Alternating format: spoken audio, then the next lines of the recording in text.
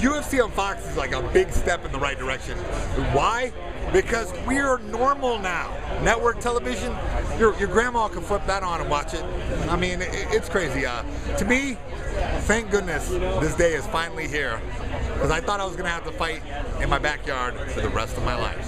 Well, what I do know is that when goes down, Mayhem Miller's going to step up. What's up, Mayhem Miller? That was pretty cool. What did you think about when he jumped in there and shoved You know what? I didn't put it all together till I watched it, which was months later, and I gave him an "I love you" text. That was pretty cool. That's true. That's true. Oh, bro, I turned red when I saw blood. Ah! There's a simple rule: we'll with each other like nobody's business. True, but no one else with him. Is it just for TV and for show, or do you really have a disdain and dislike for him? When the show first started, I actually quite liked the guy. As it went on, yeah, you know, I mean, there's certainly no love lost between us. You know, I try and take people as I find them, you know, and he didn't disappoint. I heard he was a little bit of a pain in the ass. He didn't disappoint him. Yeah, I'm looking forward to fighting the guy. How come you get so nervous when you're on camera? I don't know, maybe it's a genetic thing. I don't have a clue. But it's not obvious, is it? Do you think we're going to get to see you fight again? I think I'm just going to get on the other side of this movie January 20th and land somewhere, and we'll go from there. I don't want to, like, I want to say yes, I don't want to say no. I had planned to fight in June and it didn't work out, and that was a little bit crushing, but I feel good, I'm healthy, I'm decent, so I'm just going to get on the other side of it. And sorry for making such an awkward interview. You're not awkward. I'm awkward. Let me be the one that's awkward. I was going to play a fighter in the octagon, you know, as a character that I was hired to play. I'd be ready. If you were to compare yourself to any UFC fighter, who do you think you would most resemble? Muhammad Ali. Mash him, or saying that you're gonna, you know, break him, beat him. I'm very serious. How do you see the fight? Do I look like the joking type to you, or the type to say stuff and I didn't really mean that? I'm serious. Let's just say that I'm training. I feel very confident.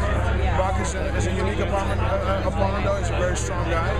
But I feel confident. I'm very confident for this fight. You're fighting Machida coming up for the title. Does it scare you at all that he drinks his own urine? No, you know, whatever he does to prepare, obviously it's working for him. I've said it before, I believe you get a man's glory, some of his accolade when you defeat him, and I'm excited to get some of Machida's.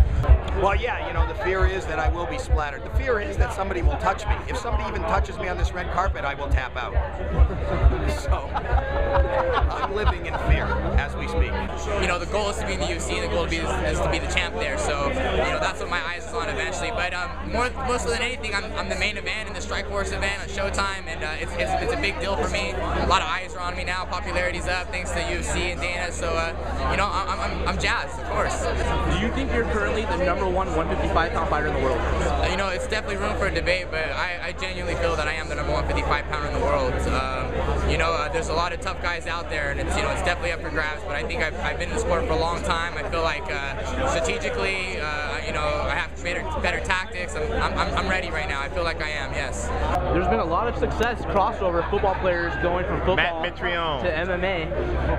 When are we going to see you in the cage? You will never see me in the cage. My buddy Matt Mitrione, you know, he fights enough for both of us, and MMA is a totally different mindset. First of all, I'm too old for it. Secondly, if I weren't too old for it, I don't know if I could still do it, because these guys are really tough. And the only sport that I would say guys are tougher than football players would be UFC and MMA. You know, I've always wanted to be in the UFC. It's been a goal of mine since I started fighting. Before they didn't have my weight class, now they've added 135, 145.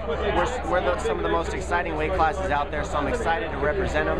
And, you know, the things to come are just, I'm just pumped for them. And you could, if you wanted to be, you could be a lot more showy, flashy. You're the champ, you're on top of the world, but you're very humble, you're very modest. How do you stay that way? I remember where I come from, and that's the thing, you know. Just remember where you come from, because that's what got you to where you're at today. That's the advice I would give to people, and that's the advice I give myself every day. Are you about to wild out here? Am I about to wild out?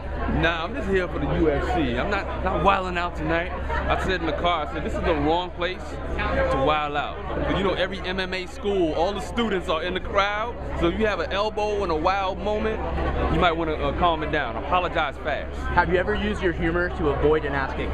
All the time. All the time, every time. I have no shame in my game. I will use my humor to get out of every fight. That's what I do. How do you think you would have matched up against GSP? You know, I was excited. I was well prepared. You know, I felt like I could pose some problems to George that that he hasn't seen before. You know, I will get my chance. Anything you have to say about Veterans Day?